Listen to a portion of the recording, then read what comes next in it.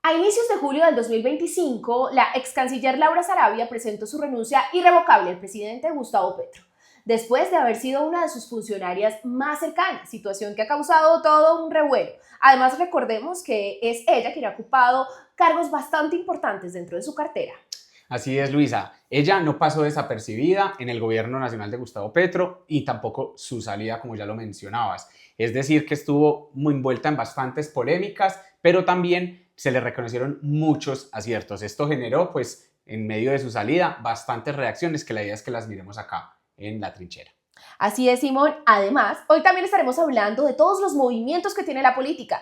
Por eso, la configuración del pacto histórico hacia un partido unitario como una fuerza que consolide y que además integre todas las fuerzas de izquierda de nuestro país para que tengan verdaderamente la potencia de enfrentarse electoralmente a la contienda del 2026. Y esta unidad de la izquierda se da en un momento decisivo, pues en este momento tenemos un gobierno de izquierda en Colombia, pero está en disputa la continuidad de ese gobierno o quizás una derrota electoral que pueda sacarlo del gobierno nacional. Por eso es tan importante estar analizando este escenario de la unidad y ver cómo se enfrentan las elecciones de 2026 al Congreso de la República y a la Presidencia de la República. Esto es La Trinchera. Bienvenidos y comencemos. Luisa, bienvenida de nuevo. Bienvenidos. Gracias a todos por volvernos a ver. La idea es que sigamos trabajando en este proyecto, que sigamos conversando, recordar ver el capítulo 1 para quienes no lo han visto y apenas llegan y pues que nos acompañen en todo este capítulo de hoy. Así es, Simón, muchísimas gracias. Bienvenido nuevamente. Nosotros queremos hacer de este espacio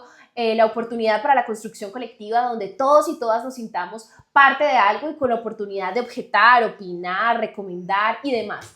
Qué rico quienes nos comentaron, nos escribieron al interno y aparte se interesaron por todo lo que venía en la trinchera. Yo creo que hay mucha tela para cortar y hay muchas cosas de las que podemos hablar y qué bueno que ustedes empiecen a movilizarse con ello. Bueno, Luisa, vamos a comenzar entonces por un tema que es coyuntural, que tiene que ver con la salida de Laura Sarabia del gobierno nacional y eso lo vamos a analizar como en unas partes. Su paso por el gobierno, que es importante revisar cómo fue su paso por el gobierno, las polémicas que hubieron detrás de su paso por el gobierno, los aciertos que tuvo y muy importante analizar un poco cuál ha sido el tratamiento de los medios, de los opinadores y de los actores políticos del país frente a Laura Sarabia dentro de su paso por el gobierno nacional y cuando sale. Sí, porque es importante reconocer, Simón, que ella como funcionaria pues ha sido muy mencionada durante todo este proceso del gobierno del presidente Gustavo Petro, además pues porque pasó por diferentes carteras, pero porque también hubo diferentes escándalos en esa trayectoria, aciertos, desaciertos,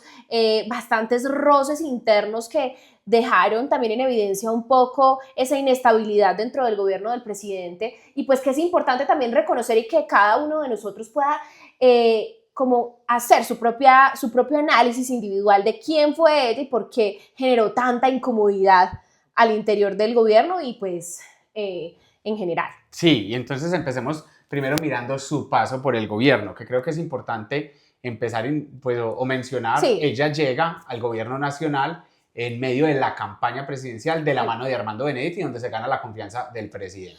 Primero, recordar que ella hizo parte de la unidad de trabajo legislativo de Armando Benedetti, que ahí pues digamos que se generó como esa alianza, esa familiaridad, esa cercanía que después saltó en evidencia con algunos audios y demás, pues como de los roces y de los choques y de la disputa que había ahí como entre ellos dos, un poco de amenazas, el presidente les pide la renuncia a ambos en su momento por esos audios, pero bueno, ella llega al gobierno de Gustavo Petro precisamente en campaña en 2022 a través de Armando Benedetti. Así es, entonces cuando el 7 de agosto se posesiona el presidente de la República, pues digamos que ella entra por la puerta grande, llega a ser jefe pues de gabinete, jefe de despacho, ya quisiera uno empezar así, de entrar así como la reina. Sí, presentar la hoja de vida y de una CEO de la compañía. Situación que también generó las reacciones, pues porque digamos que yo me comprometo con un proyecto político desde el principio y ver que alguien que simplemente llegó desde campaña en el 2022 y entra en semejante posición, pues también genera sí, su incomodidad. Ella se ganó la confianza del presidente,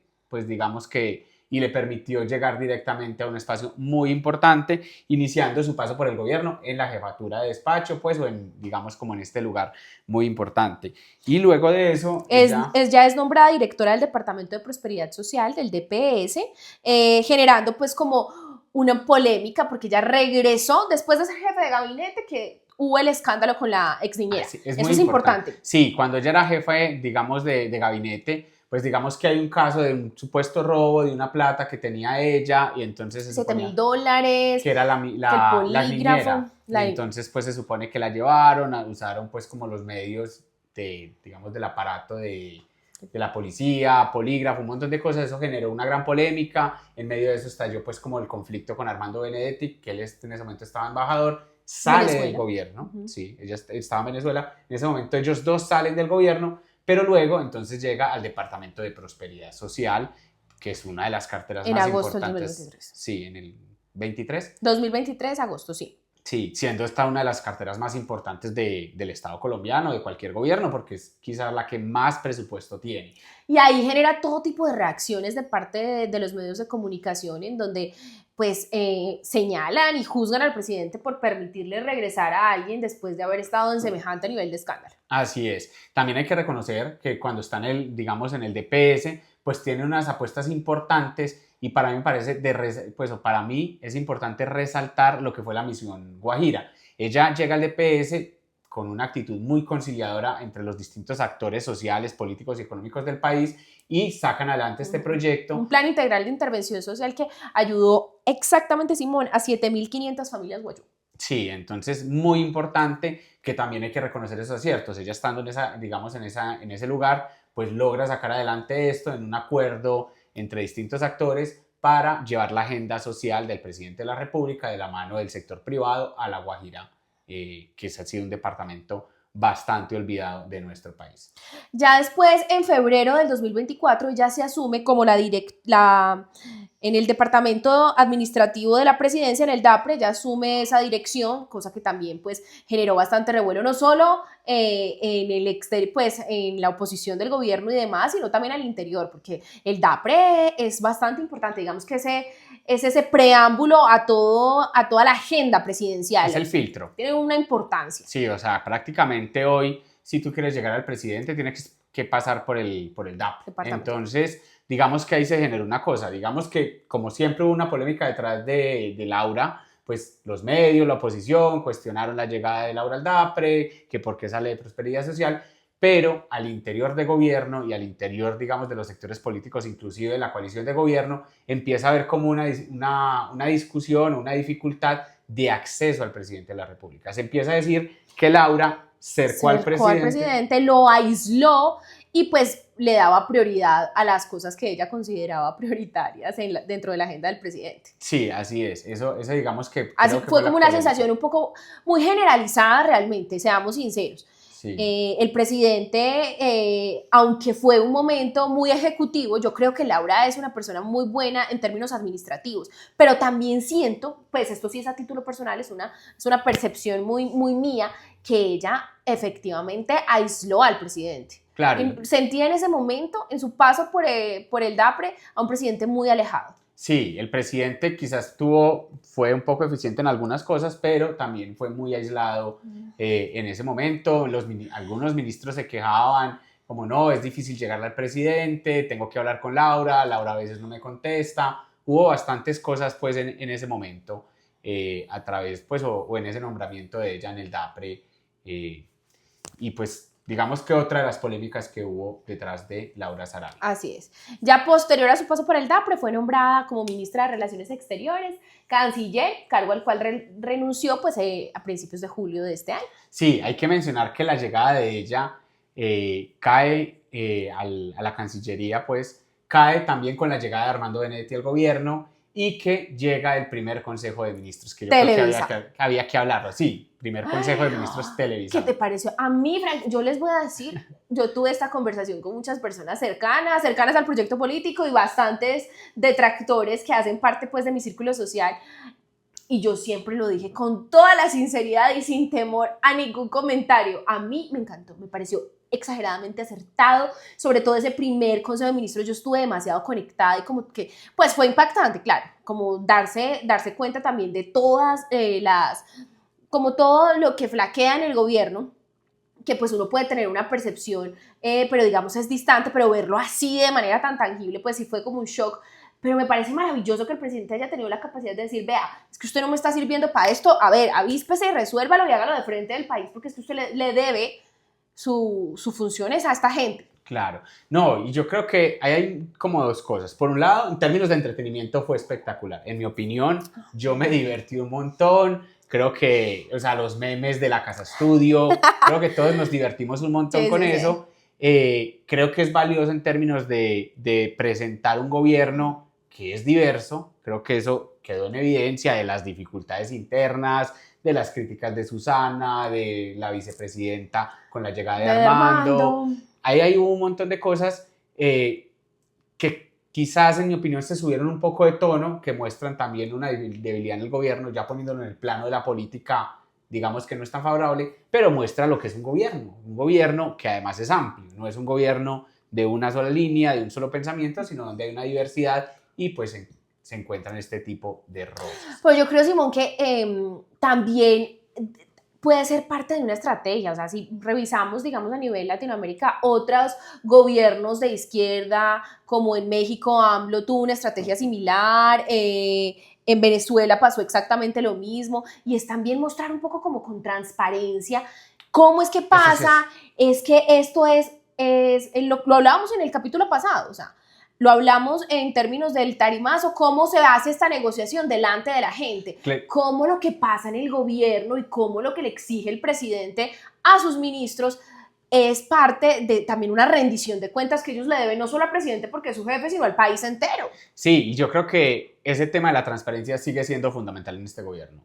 Abiertos, que conozcan las discusiones que hay internas, creo que después lo empezaron a manejar y presentar las discusiones de otra manera, pero ser transparentes ante el pueblo colombiano de que pues hay discusiones internas en el gobierno, es natural, pero pues a final de cuentas quien fue elegido por el voto popular al final es el jefe y tomará las decisiones digamos que él considera adecuadas para el país. Así es, pero bueno, entonces en julio del 2025 la ex canciller presenta su renuncia irrevocable y todo esto por una diferencia con el presidente, con el negocio, el contrato con Thomas Gregg & Son.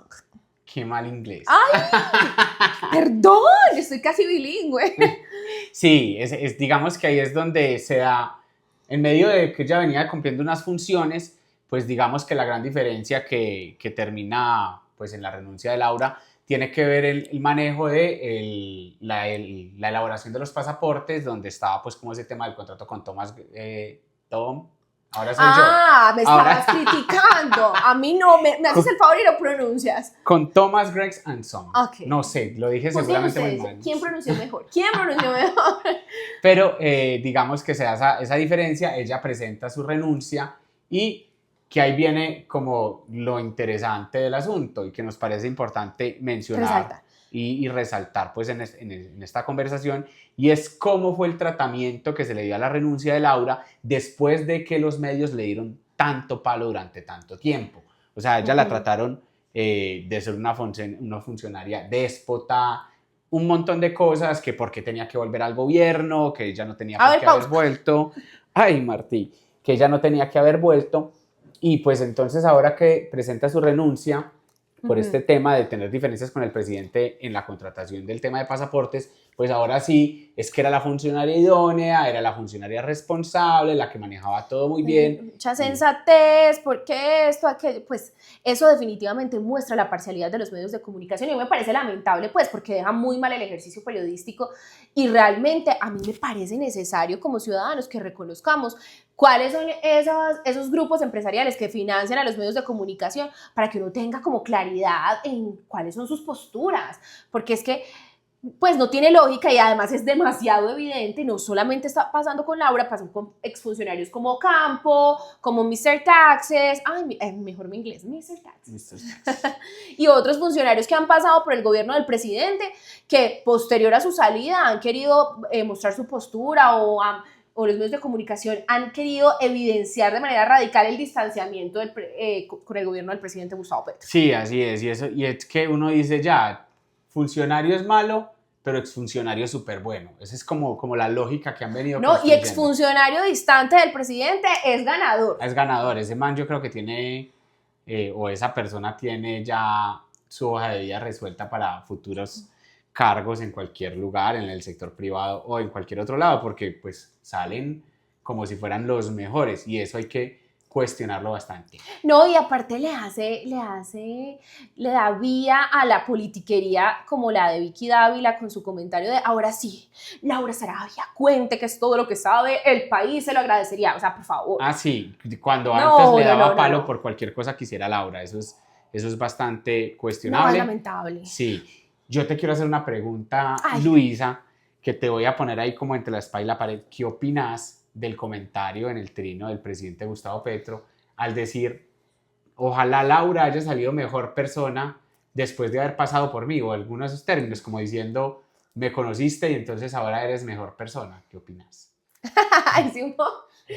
Pues a ver, ¿qué opino? No, hay muchas cosas que nosotros posiblemente no reconozcamos de esa relación que hubo entre el presidente y la ex canciller, y yo creo que bueno, sus razones tendrá. Pues yo no me parece muy acertado que lo haya expuesto así al ojo público, pero es que también todo ha estado tan mediado por la El caos. opinión, por el caos y todo eso, que no sé, el presidente por qué lo hizo. No me parece acertado, pero pues tampoco creo que tenga potestad para opinar al respecto, porque no sabemos ese relacionamiento ahí, esa pugna interna también entre Sí. ellos dos, cómo se haya movido. Yo creo que el presidente se equivocó. Se equivocó, creo que era innecesario pues uno tener que decir, como si tú y yo, Luisa, tú me conociste y entonces después de conocerme ya eres mejor persona. Creo que se equivocó el presidente, pero hace parte como de todo ese movimiento y de también Pero todos reconocer. aquí reconocemos que nuestro presi tiene sus cosillas, por ejemplo, la puntualidad. ni Laura, que tiene fama de estricta, pudo hacer algo cuando estuvo en el DAPRE. El presi siempre llegó tarde. Llegó, pero llegó tarde. Sí, y eso para dejar claro, acá también cuestionamos algunas cosas. Claro, Es por una invitación supuesto. a cuestionar. Nosotros abiertamente pues tenemos pues como una visión de sociedad y lo que consideramos que es más beneficioso para las mayorías sociales, pero también cuestionamos, así Sí. compartamos mucha de la línea del presidente. Pero bueno, Simón, aquí ya para cerrar un poco lo del tema de Laura, contanos, ¿vos qué piensas finalmente? ¿Cuál es tu conclusión final de la salida irrevocable?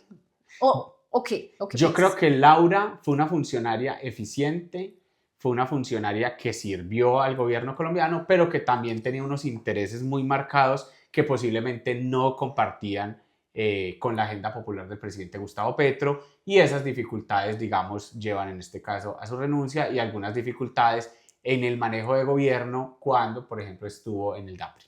Así es, aunque esperemos a ver, ella como que reapareció mágicamente después de cada escándalo y cada cosa en cargos increíblemente maravillosos. Veías los memes como yo ya quisiera yo tener la facilidad laboral que tiene Laura. Bueno, esperemos a ver de pronto y antes de que se termine el gobierno del presidente. ¿Será? Termine en otro lado, ¿no? Yo no lo creo. No, en otro lado sí, yo creo que ya no se va a quedar sin trabajo. Yo ya no creo que en el gobierno nacional. A ver, hagan sus apuestas. Hagan sus apuestas.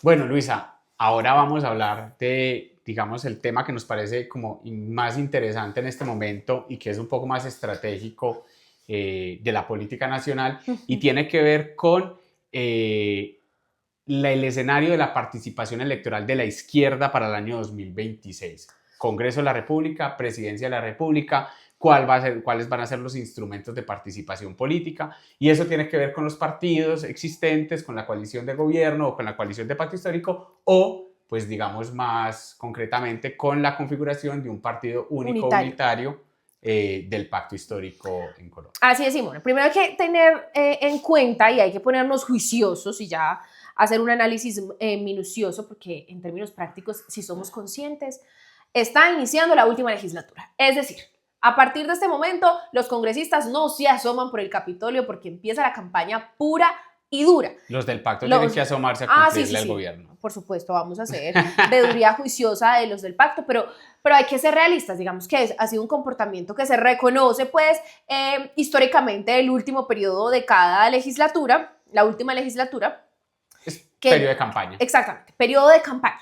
Entonces, en este momento, como no hay cosas, no se han resuelto tantas cosas internas, hay que reconocer que en el 2022 logramos a través de la coalición que agrupa diferentes partidos reconocidos históricamente como de sectores de izquierda, progresistas, se gana la presidencia de la República y X cantidad de curules en el Congreso de la República, que pues no han sido suficientes para que ganemos y aprobemos muchas cositas, pero bueno, si así es difícil, imagínense donde sea menos, entonces hay que ponerse juiciosos. Sí, y eso nos pone en un escenario que es el siguiente.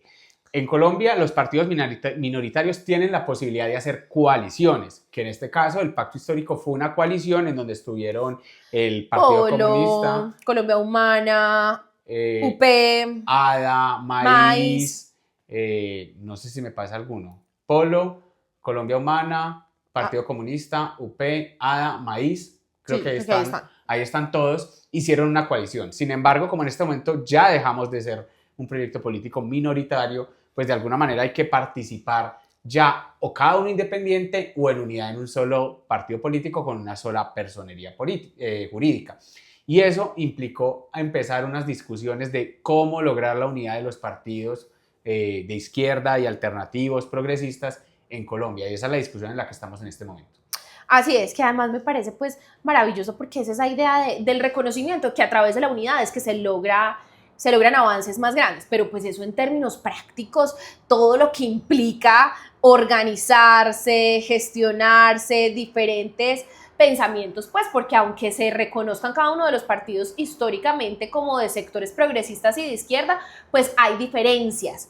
Y la construcción a través del disenso pues tiene sus complicaciones. A mí realmente me parece maravilloso pues, y yo de profesión que soy administradora de empresas, me cuesta, soy mucho más estructurada, me cuesta ver por ejemplo partidos como la Colombia Humana, que es muy difícil organizarse en términos de disciplina partidista. Todo esto es un proceso que tenemos que agilizar porque es que no tenemos tiempo, o sea, hay que organizar en las listas y en esto también hay que reconocer pues que es muy valioso que este partido unitario se piensa en cómo incluir las bases en todo este proceso de elección para que sea como mucho más limpio y justo. Sí, y ahí entonces hay que mirar que hay varias cosas que nos toca abarcar. Lo primero es cómo se viene dando ese proceso de unidad.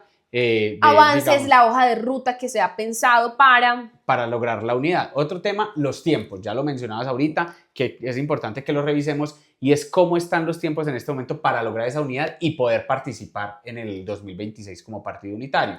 Lo tercero también tiene que ver como todas las disputas internas que hay ahí y en esa organización y pues digamos en términos prácticos los resultados que tendrá que ver la configuración de listas al Congreso de la República, Senado y Cámara, la participación pues o las apuestas de precandidatos y candidatos a la presidencia de la República. Entonces, miremos, Luisa, cómo inició este proceso de unidad.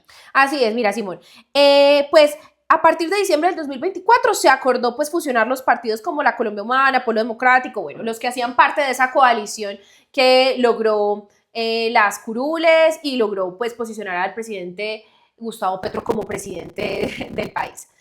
Pero en marzo del 2025 también se anunciaron comités provisorios a lo largo del país para empezar pues como a integrar a las bases que hacen parte de cada uno de los partidos en este proceso de construcción colectiva. Claro, y ahí hay una cosa, que es importante mencionar, no todos los partidos que hicieron parte de la coalición en su momento, que mencionamos ahorita, están dentro de ese proyecto de unidad. Hay, digamos, dos partidos que han decidido mantener pues su personería jurídica aparte, que es el ADA y el Maíz. Entonces, empezamos 2024, procesos de unidad, recoger desde las bases, que además es supremamente importante, porque a veces la gente cree que esa definición de un partido único unitario, creo que el camino va a ser unitario. Digamos, se define por allá arriba entre senadores, direcciones de partidos, congresistas, pues, representantes a la Cámara, pero no, se han venido haciendo esfuerzos en que en los municipios, en los territorios, los comités, los delegados, empiecen a ver como procesos de unidad que en el momento en que se materialice la unidad formal, pues digamos ya haya una unidad real entre las personas y los miembros que hacemos parte de este proyecto político. Entonces, es importante que ha venido construyéndose ese proceso de unidad. Pero bueno, pues aquí sí me parece importante, Simón, que hagamos hincapié en la postura del Maíz y el ADA, en su digamos, inconformidad y su posición de no disolver la personería jurídica, también preocupados por la pérdida un poco de la identidad. Aquí sí yo tengo que decir francamente que cómo funcionaría en un partido tan amplio que abarque las las diferencias que como el Polo, Colombia Humana y demás, pues eso va a funcionar a través de tendencias. Yo creo que cada partido se convertiría en una tendencia y seguirán funcionando internamente las que ya existan. O sea, me preocupa bastante que ellos quieran salirse pues como tal del parche y además creo que los pone en riesgo como partido. Sí, ahí hay otra cosa, o sea, cuando ya no se puede participar, pues digamos dentro de una coalición y ya no son grupos minoritarios, pues digamos ya no podrían participar otra vez en coalición. Hay partidos que al no estar, no agruparse en un solo partido, pues pueden tener el riesgo de perder su personería o de quedar pues muy aislados de la política porque les Que va a el umbral, dificultar alcanzar el umbral un montón. O sea, recordemos incluso el caso de 2022 de Fuerza Ciudadana, que no quiso sumarse a esa coalición del pacto histórico terminó y quemado. tuvo una votación muy alta, pero se quemó. O sea, el caso de Tobón, esa votación de ese señor fue impresionante. Y estando en el pacto histórico hubiera metido 4 congresistas más, 4 senadores más. Entonces, hay unos riesgos muy, muy altos en esos procesos de unidad. Y quería mencionar, Luisa, antes de mirar otras cosas, y es que esa discusión de partido único y unitario. ¿Y por qué es importante? Porque el hecho de constituirnos en un solo partido en términos de personería jurídica, digamos que hay un camino y que tiene que ver con la idea de partido unitario o partido de tendencias, es que podemos garantizar que dentro de ese partido se mantengan esas tendencias y esas diferencias que digamos que han existido en medio de unas estructuras, digamos, internas, y eso nos da ese carácter de partido de frente o pues de partido unitario, donde posiblemente las estructuras de Colombia Humana se mantengan, del Partido Comunista, de la Unión Patriótica y del Polo Democrático se mantengan, pero y también sus formas bajo una sola individuales, sombrilla. exactamente, y sus formas individuales, que es válido, pero pues de frente, enfrentarse a la contienda electoral unidos, por más que por dentro hayan fracturas, hayan diferencias, y es válido pues que seamos diferentes, pero que lo resolvamos y que también tomemos decisiones estratégicas. Sí, y otra cosa de la unidad que es muy importante, la unidad no solamente se tiene que ver en perspectiva del 2026, sino que tenemos que entender que este camino de unidad nos tiene que ir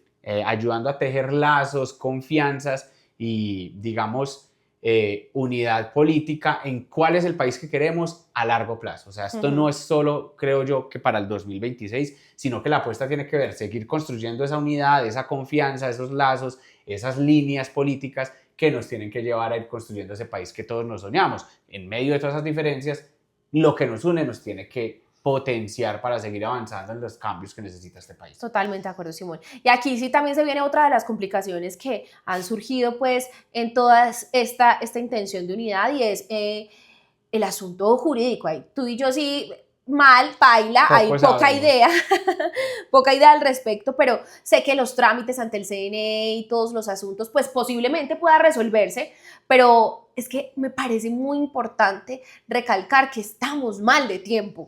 Es que ese es el tema. Digamos que hay acuerdo político entre las fuerzas, hay un acuerdo político de, bueno, vamos a unirnos, pero digamos que eso hay que resolverlo ante la autoridad, que en este caso es el Consejo Nacional Electoral, que tiene unos tiempos, que tiene que evaluar que se hayan resuelto y surtido algunos trámites, como uno dice, saneado algunas cosas de cada una de esas estructuras para poder garantizar esa unidad. Y eso choca con el tiempo, y es que ya estamos a nada de las elecciones de Congreso de la República. O sea, mejor dicho, este año ya se acabó, arranca la última legislatura de este Congreso. Que como lo dijimos para los caciques del Congreso es campaña pura y dura, y nosotros pues que hacemos nuestro proceso juicioso, minucioso y demás muy humildemente, pues estamos todavía como en esta disputa. Ay, yo tengo una contradicción, Simón, y quiero decírtelo, es que me parece muy complejo. Y yo lo analizaba las veces que he tenido la oportunidad de estar en el Congreso de la República. Ellos son muy disciplinados, la derecha es muy disciplinada,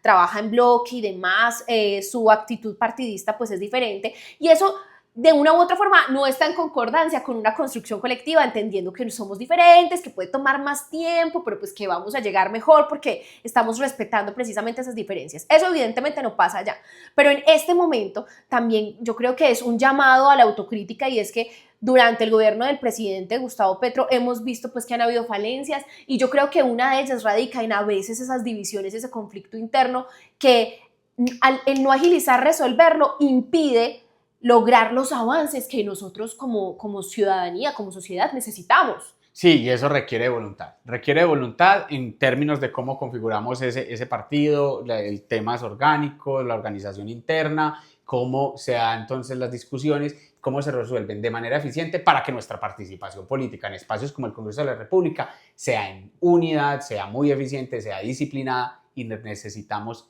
eso urgentemente para terminar inclusive para terminar este periodo Ajá. legislativo y para los futuros que vienen, que esperamos seamos, pues, o hayan muchos más congresistas de la República de nuestro De proyecto nuestro. político. A ver, vamos a empezar aquí. También hay que tener en cuenta que para el próximo periodo, pues perdemos las curules de paz. Es decir, 4 senadores, 4 representantes, ¿son ¿Cuatro? cuatro? Sí. Cinco. 5 y 5, bueno, 5 y 5 en Cámara, 5 en Cámara, 5 en Senado, que son unos votos ahí, pues que imagínense, muchachos, estamos mal. Sí, estamos hablando de que si uno junta pacto histórico con curules de paz, tenemos 25 votos, por ejemplo, en el Senado de la República. Y si estas se van, el pacto histórico tiene que superar esa cifra y llegar a recuperar esas 5 que digamos que ya no van a estar y crecer mucho más. Porque es que quedó en evidencia que con 20 senadores, pues pongamos el ejemplo del Senado de la República, 20, 21, 22 senadores, no es suficiente para materializar los cambios que esperamos se puedan ir profundizando en el próximo gobierno y ganar la presidencia, y que en el caso en que estemos en la oposición tengamos una fuerza suficiente para, digamos, no permitir que los avances que hemos hecho en este gobierno pues Se retroceda. retrocedan. Entonces necesitamos que eso avance de Que eso manera... va. Y no, y también pues que hay que ser muy juiciosos y muy sensatos en el tema de la elección de esa lista y no se meta ningún colado como Paulino Riascos que se nos volteó. Ajá, bueno, sí, hay lo que llaman los manguitos, ahorita los paulinos, Los entonces. paulinos, sí, que no se nos meta ningún paulino porque es que necesitamos que no se devuelvan las poquitas cosas que se lograron. Y eso nos pone entonces en otra discusión. ¿Cómo va a ser el debate de la configuración de listas y de la elección de candidato presidencial? Esa es una tarea ardua que tiene este partido unitario apenas en conformación y es por eso mi preocupación en términos del tiempo, porque es que la consulta interna tendría que realizarse en octubre de este año para poder inscribir la lista, que sería pues a mitad del otro año las votaciones. O sea, mejor dicho, Luisa, tenemos julio, que ya se va a acabar, agosto, septiembre, pero ya debemos estar entonces en esas campañas para octubre, para, digamos, definir el tema de las listas del Congreso de la República, y luego, pues, y también además hay varias precandidaturas a la presidencia, entonces también definir cuál va a ser esa candidatura que va a tener el pacto histórico para participar posiblemente en marzo en una consulta de Frente Amplio, pues, o con otros actores que no hacen parte del pacto histórico, para disputar la presidencia de la República. Sí, yo creo que esa disputa en este momento termina siendo desgastante. O sea, yo sí, ahí también tendría que ser una autocrítica y es que yo creo que no es el momento de que se estén generando esas tensiones de quién está apoyando la candidatura a la presidencia de este o aquel, porque ni siquiera tenemos resuelto el tema del partido, que es lo prioritario. Ahí hay muchas cosas. Yo, por ejemplo, te lo voy a decir ya acá opinando, creo que hay una discusión muy importante, por ejemplo, en términos de las listas al Congreso de la República. Una de las discusiones que ha dificultado la unidad tiene que ver con las listas abiertas y las listas cerradas. Eso va a ser una cosa que que toca resolver de manera muy pronta, o cuál va a ser el mecanismo de la definición de esas listas, si es a través de una consulta, si la votación entonces va a permitir un orden en esas listas. Eso va a ser clave en términos de lograr la unidad. Creo yo inclusive, Luisa, que eso nos pone en una discusión con lo que se ha venido configurando en otros sectores políticos de la izquierda, comunitarios, que no van a participar del pacto histórico porque entonces están pidiendo que las listas sean abiertas. Una reivindicación que también me parece justa por parte de algunos. Eso es una cosa bien complicada. Sí, eso es bien complicado, pero yo creo que no es el momento de dar esas disputas. O sea, dar la pelea por esas posturas está bien, pero en este momento hay que resolver primero lo que tiene que ver en términos del partido propiamente. Ah, sí, no, el partido hay que unificarlo, pero eso depende de la voluntad de los parches. De los parches, sí, de los partidos existentes, se requiere esa unidad, pero lograr tener esas mayorías en el Congreso de la República, que seamos muchos más, que haya gente que no se aísle, va a ser una discusión. Yo te lo comento es porque creo que eso no ha permitido que muchos actores hoy decidan, por ejemplo, entrar al pacto histórico. Y eso para mí es una preocupación bastante grande, que eso nos pueda afectar, y ojalá pues la resolución sea la más adecuada. Pues digamos, sean listas abiertas, sean, pues, o lo que se llama lista de voto preferente, o pues digamos la configuración de listas cerradas cremalleras, como fue la participación anterior, pero digamos que logre vincular a un montón de actores para que podamos sumar la votación que necesitamos para conseguir 30, 40 senadores, pues para poner un ejemplo, y lo mismo en Cámara de Representantes. Ojalá eso en un panorama muy ideal. Bueno, Simón, y entonces, finalmente, ¿tú qué consideras? ¿Cuál es el paso a seguir? Bueno, y la presidencia. Ahí hay un tema que además en términos del proyecto político unitario no podemos dejar de lado, por lo menos no mencionarlo, y tiene que ver esas precandidaturas que te mencionaba ahorita. Ahí hay un montón de precandidaturas, incluso unas que vienen más del origen de la izquierda y otras que no tanto, que están disputándose casi que el aval del pacto histórico. Entonces es importante ver cómo se empieza a dar esa discusión. Si me preguntan a mí, yo creo que... ¿Cómo se sienten ya esas tensiones? Esas tensiones, si me preguntan a mí, yo creo que la candidatura del pacto histórico, por lo menos a la presidencia de la República, debería representar a la izquierda. Debería estar en manos de una persona que represente los valores, la línea política e ideológica de la izquierda, a diferencia pues de otros actores que no han sido parte de estos proyectos y que quizás llegaron por allá en el 2022 a participar de estos espacios de unidad, pero que no necesariamente son de hacen parte, no, y que no han estado, digamos que en una lucha histórica, pues en diferentes escenarios que se les pueda reconocer. Bueno, ¿tú quién crees, Simón? Danos tu postura. ¿A quién le apuestas? Simón, ¿a quién le va a hacer campaña a la presidencia? A ver, hay varios actores. Empezamos a mirar y mencionemos los que por lo menos se han manifestado y que uno ha visto que están en medio de esa disputa. Estamos hablando de que está Gustavo Bolívar, está Carolina Corcho, digamos que ella se estaba moviendo, también se ha movido por los lados unitarios, pero digamos que está ahí en el panorama. María José Pizarro, Susana Muhammad y Daniel Quintero, creo que también. Pues, sí, claro, él está tocando puertas en el pacto. Él está tocando puertas en el pacto. Creo que es como más o menos el escenario que hay, porque es distinto a los del Frente Amplio, que pueden entrar quizás algunos actores del Partido Verde o Roy Barreras. Barreras ya dijo de manera definitiva, creo yo, pues eso leí yo hace poco en una noticia, que él no tenía ninguna aspiración a participar en la contienda electoral como candidato a la presidencia. ¿Ah, no? Ni siquiera en marzo. Así es. Por lo pronto, pues esa fue la noticia que leí. No le creo tanto yo a Roy Barreras, pero esperemos a ver. Sí, entonces, en medio de ese escenario, pues ya ahorita hice un guiño, pero digamos, ¿qué creo yo qué es lo importante? Mirar primero cuál es ese programa y esa unidad que se logra dentro de todos esos actores que están ahí, porque esto no trata solamente de elegir candidato, sino de, bueno, ¿quién es el que más representa las ideas de la izquierda o de los sectores alternativos? ¿Y quién va a representar también una continuidad del ejercicio del presidente Gustavo Petro? Sí, y en medio de eso, pues mirarse la posibilidad de llegar a un acuerdo, y si no, pues está el mecanismo de la consulta, y como lo decía ahorita, yo creo que Luisa, que compartes conmigo, ojalá pues sean personas que tengan la capacidad técnica, que tengan la claridad política e ideológica, Total.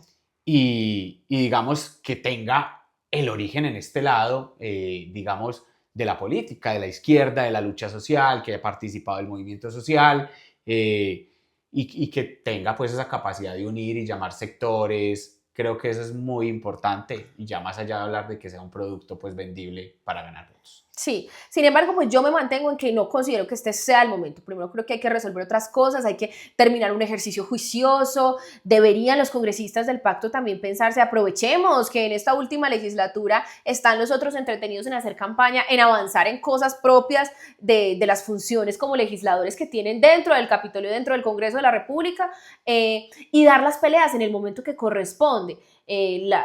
Quienes tengan sus aspiraciones a la presidencia y demás, pues que vayan haciendo su ejercicio, pero que cada quien esté también ubicado en términos de los tiempos y de lo prioritario. Yo creo que en este momento, de pronto, esas disputas lo que hace es hacernos ver a la izquierda un poco dividida, como que...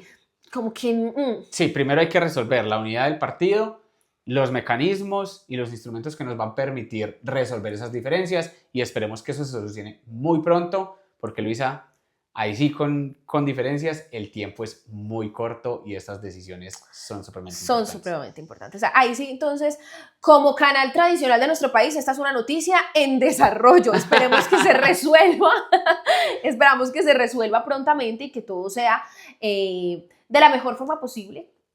Construyendo pues de manera colectiva y esto es muy hermoso pues, y si no es así también es que de pronto no estamos preparados y es válido también, es válido reconocer cuando no se está listo, cuando se ha fallado de una u otra forma, pero sí creo que merece la pena que nos demos la pelea por lo menos sostener un poco los avances que se han logrado ya hasta el momento. Así es, entonces pues esto digamos era lo que queríamos compartirles hoy en La Trinchera.